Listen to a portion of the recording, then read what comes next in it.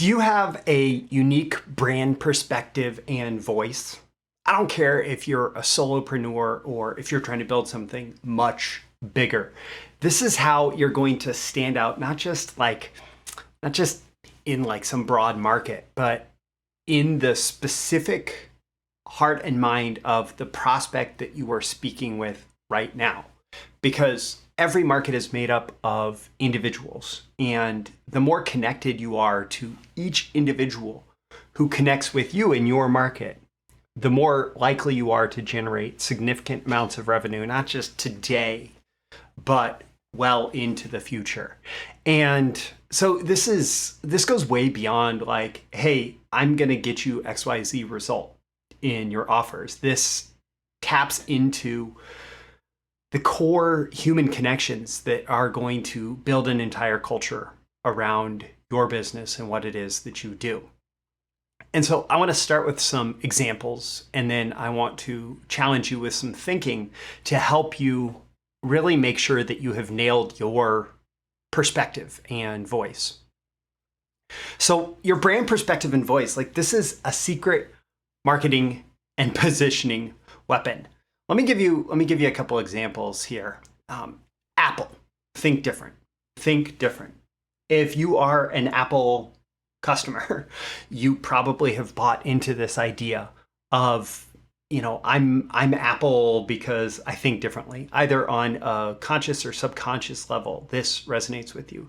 Nike, just do it. Like if you're talking about somebody who is athletic, who is all about physical achievement, if you are thinking about, stepping under the bar at the gym or stepping on the starting blocks on a track or, going out there for whatever competition that you might be a part of, so much of that athletic competition is like feeling the fear and doing it anyway, right? Like the challenge of sports is that, right?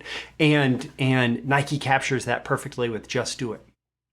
Google, their core mission from the beginning of the business was about making the world's information accessible. So how quickly and accurately can we give someone exactly what they're looking for on the internet if they just type some words into a single field on our homepage, right? Yeah, type in whatever into the search bar, the search window, and you click search, and the more accurate and the quicker that information comes back to you, the more you're going to use it. And clearly they pulled it off. Salesforce, the end of software. When Salesforce was launching, it was very normal for a bigger company to have a $2 million plus CRM server on their corporate network.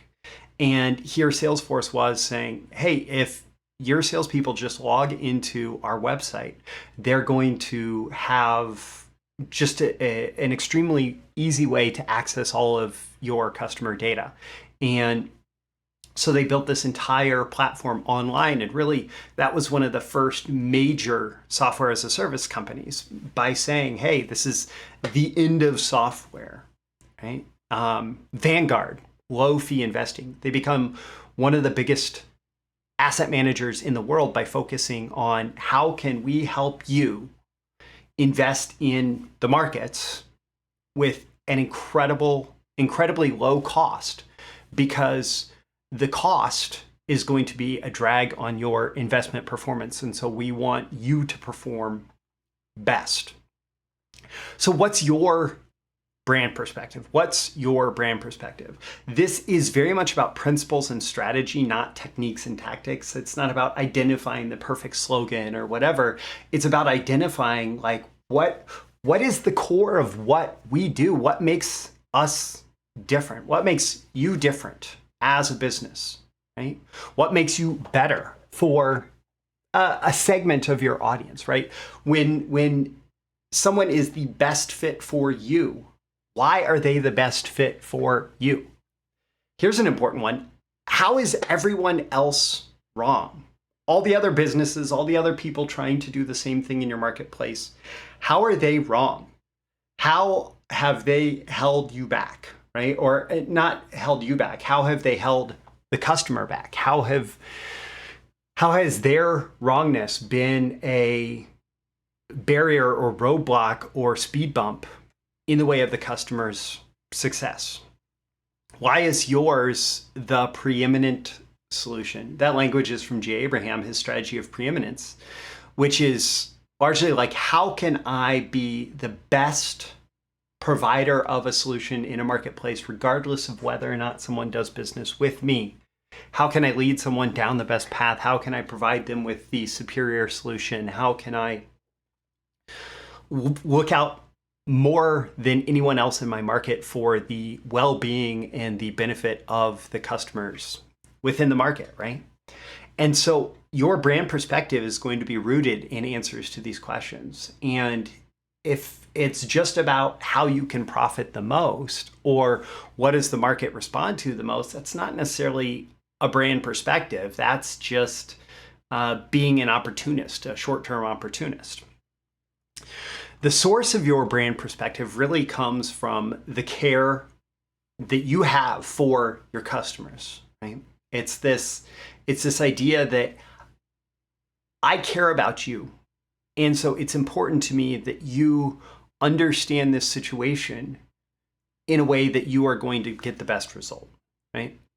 And it's offering a better option for your customers. So this is not just about marketing, even though it should be conveyed in your marketing as much as possible. Your brand perspective is not just about how can I create more conversions. Your brand perspective goes into what can we do to serve our customers in the best possible way? And what can we create for our customers that is going to help them avoid specific challenges and help them achieve their goals faster, easier, less roadblocks, less cost, like in a way that is more sure, more definite, and more benefit to them. And oftentimes, this is rooted in some kind of personal struggle. And I frequently refer to my PISA framework here: problem, agitate, invalidate, solve, action, right? And I use slightly different words for that every time I say it. So, don't get too literal here, but you or someone you love, someone you knew, someone you cared about faced a problem. That problem was so agitating that it demanded a solution. Other solutions in the marketplace were found to be invalid. And so a better solution was created. And this is the action that was taken, right? And if you really nail that, if you really understand your brand perspective and you create your offers in service of this brand perspective and you communicate this brand perspective in your marketing, it's going to have a unique effect, because it's not just going to convert more customers today, it's going to convert people into followers of you and your brand. And if we want to go a little bit deeper on this, on brand perspective, I talked about that agitation and validation. There's another lesson that I teach that's the NUP secret, the new understanding of the persistent problem, sometimes called the mechanism of the problem. And that is, you're giving someone an understanding of why the other solutions have not worked. That's what the invalidation is all about, right? It's about saying, these other solutions did not work because of XYZ. Here's where they've fallen short. And if you tried them and you didn't succeed, it's not your fault, because they're not good enough solutions, right? And it fundamentally hinges on this idea that maybe they were based on a wrong perspective and you found a better perspective, right? And then your solution ideally is created with a unique mechanism that provides you some kind of superiority, some kind of advantage in getting the result that the customer wants, right? And so if it doesn't work, if other solutions in the marketplace are invalid, if they don't work because of XYZ, and your solution actually addresses XYZ plus does all the other things necessary to create a successful solution, well, and you bake that into the brand perspective of your business, everything becomes much, much easier and more compelling to sell. This really is not about short-term profits. It's about long-term market position. and the snowball effect that comes from building long-term market position and long-term relationships with your customers. It's very easy to chase money and build profits, get profits in the short term through largely copycat marketing strategies, which are often watered down. And while they may provide short-term success for the clients, they don't build any effective longer-term customer relationships, right? So if you're going for the short-term profits, if you're going for, we'll get you results, it's really easy for that relationship to get fractured, even, if you hit a little speed bump.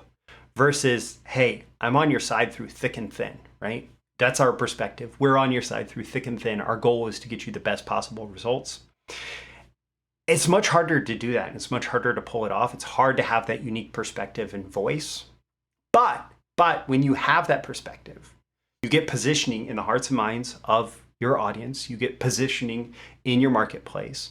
You build a culture around you, and you have an enduring relationship with your clients, so that even as the market wobbles and the market fluctuates, your people recognize that, hey, this brand is here with me, right? This brand cares about me. This brand wants to provide a better alternative. And so I'm going to stick with them for the longer term. And everything becomes much easier as you build those relationships. Call to action for you at the end of this episode. Don't forget to like and subscribe so you get more content like this delivered to you. Ask yourself, how can you use this, for yourself, for your clients, for your business, whatever your unique situation is. There is probably an aspect of this brand perspective that applies, even if it's about your personal brand or it's about $1 billion brand. What of this is most relevant to you? And if you would like to chat about really honing in, nailing your brand perspective and voice, I do offer fractional CMO and copy chief services, primarily for direct response marketers. You can book an intro call and let me know you want to talk about that, and we can chat. I'm Roy Furr, this Breakthrough Marketing Secrets, and I'll catch you again next time.